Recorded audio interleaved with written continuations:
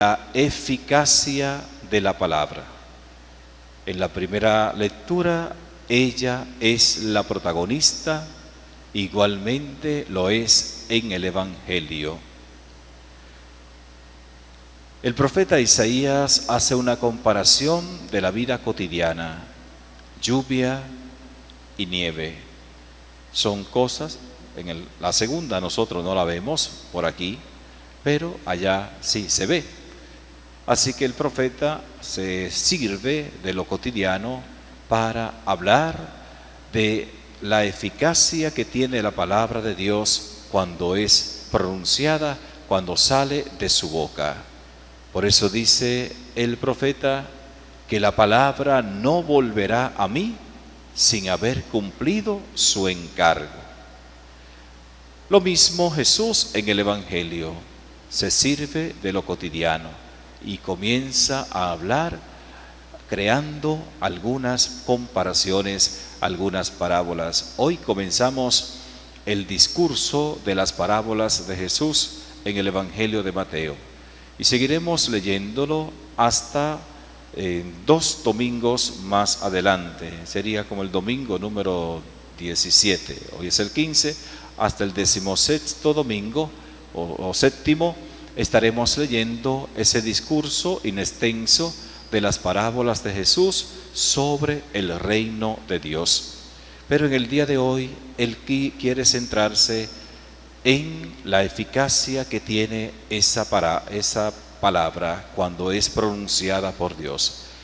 Y por eso se sirve de una imagen que todo el que le estaba escuchando conocía: un sembrador que sale a sembrar. Quizás aquí no todos somos del campo, pero los que somos del campo sabemos lo que significa sembrar y la esperanza que tiene el sembrador cuando siembra una plantita, cuando siembra una semilla. Es recoger a su debido tiempo, recoger un fruto determinado. Y eso es lo que Jesús nos presenta. Ahora resulta un poco curioso que este sembrador va sembrando por todas partes y como que no se fija mucho en el terreno. Cuando nosotros vamos a sembrar, nos fijamos, primero preparamos muy bien el terreno para poder sembrar, porque si no lo preparamos, posiblemente no obtengamos el fruto esperado. Porque si está lleno de maleza, entonces la maleza no permite que se desarrolle la planta. Y si acaso crece en la maleza, le pasa lo de la zarza. La ahoga la maleza y al final no da fruto.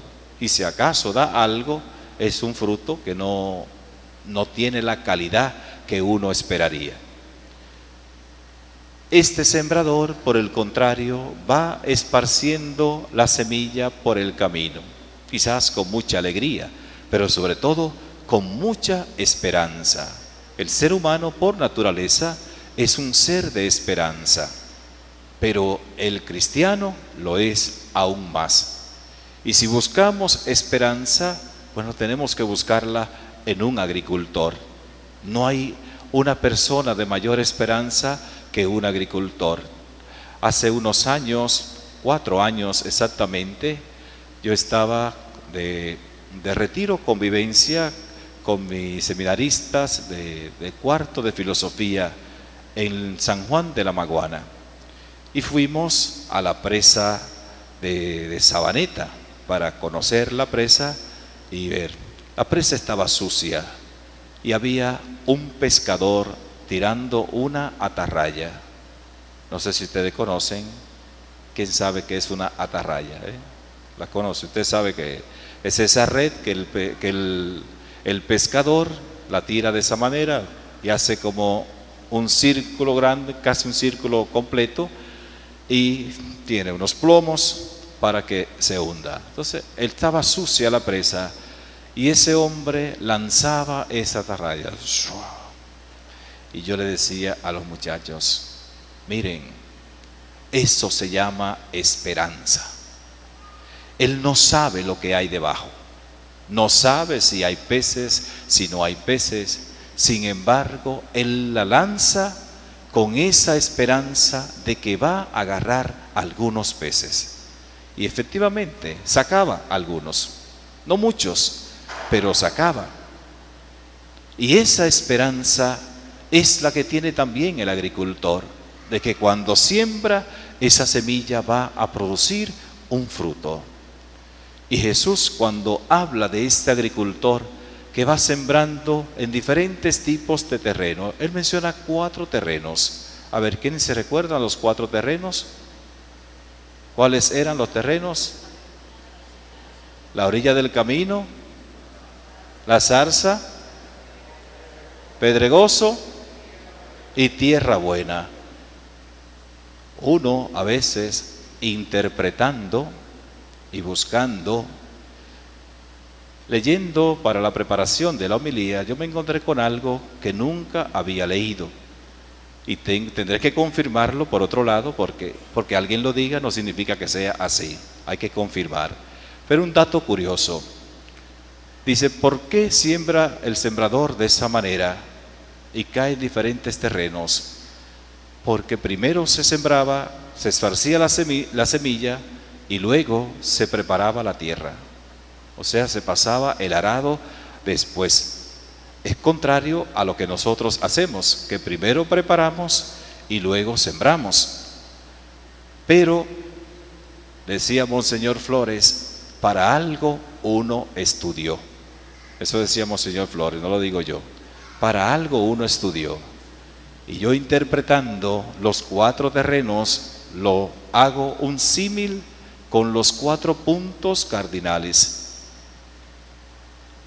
De tener yo razón de que Jesús, cuando habla de este sembrador y pone como ejemplo estos 4 terrenos, si son una representación de los 4 puntos cardinales, significa que la palabra de Dios tiene que llegar a todos los rincones, no importa dónde.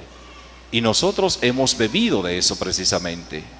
La palabra ha llegado a nosotros por el envío que hace Jesús a sus discípulos a esparcir esa semilla por todas partes.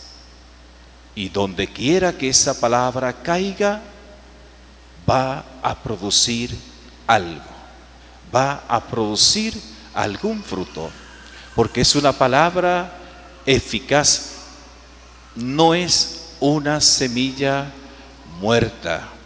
Es una semilla que es capaz de producir fruto. Es capaz de producir en el terreno donde caiga. Cuando encuentra un terreno fértil, es decir, cuando encuentra un corazón abierto a la palabra, producirá fruto, no quedará vacía. Para nosotros poder producir ese fruto, tenemos que convertirnos en ese terreno fértil. Nuestro corazón tiene que convertirse en un terreno fértil. Para ello, no basta escuchar la palabra, como le dijo Jesús a los discípulos. ¿Por qué habla en parábola? Porque oyen y no entienden. Ven, pues como si no vieran nada. Miran y no ven. Porque no pueden entender con el corazón.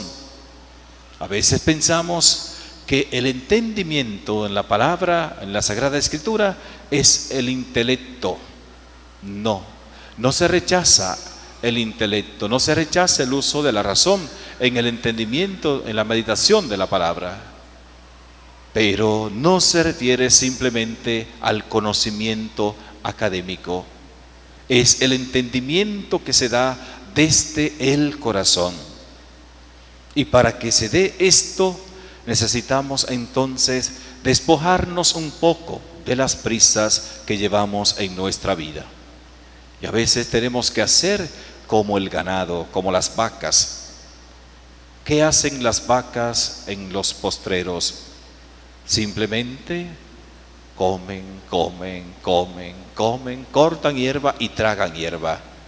Y después, en la tarde, se sientan en una sombra y allí comienzan a rumiar. y van devolviendo esa hierba que tragaron entera, y entonces la van masticando poco a poco y le van sacando toda la sustancia. Y cuando ya le sacan la sustancia, entonces va a donde tiene que ir. Y su cuerpo la asume, asimila las vitaminas, los minerales que están contenidos en esa hierba. Para que la palabra de Dios produzca fruto, no basta escucharla con el oído, hay que entenderla con el corazón. Y por eso debemos dedicarle tiempo a la meditación de la palabra, porque si no, ella no va a ser eficaz en nuestra vida. Se quedará simplemente como una palabra que escuchamos, pero no va a dar fruto. Nuestro corazón es ese terreno que debe estar abonado para que la palabra produzca fruto, y produzca mucho fruto. Incluso es un fruto que sobrepasa lo normal. En una cosecha normal, un 10, un 15% es una super cosecha. Sin embargo, la palabra produce 170 y hasta 30 por uno. Es decir, que la palabra de Dios con su eficacia sobrepasa toda expectativa. Pero hay que entenderla en el corazón. Si no, no va a producir el fruto que el Señor desea en cada uno de nosotros. Por tanto, en este día, mis queridos hermanos y hermanas, ¿qué nos corresponde a nosotros? Disponer nuestro corazón para que la palabra que hemos escuchado con los oídos no caiga en un terreno ni pedregoso, ni lleno de malezas, ni tampoco al borde del camino, sino que caiga en un terreno fértil y produzca el fruto, el encargo que el Señor le ha dado. Pidámosle esa gracia al Señor en este día, y que la palabra en nosotros dé el fruto esperado. Que así sea.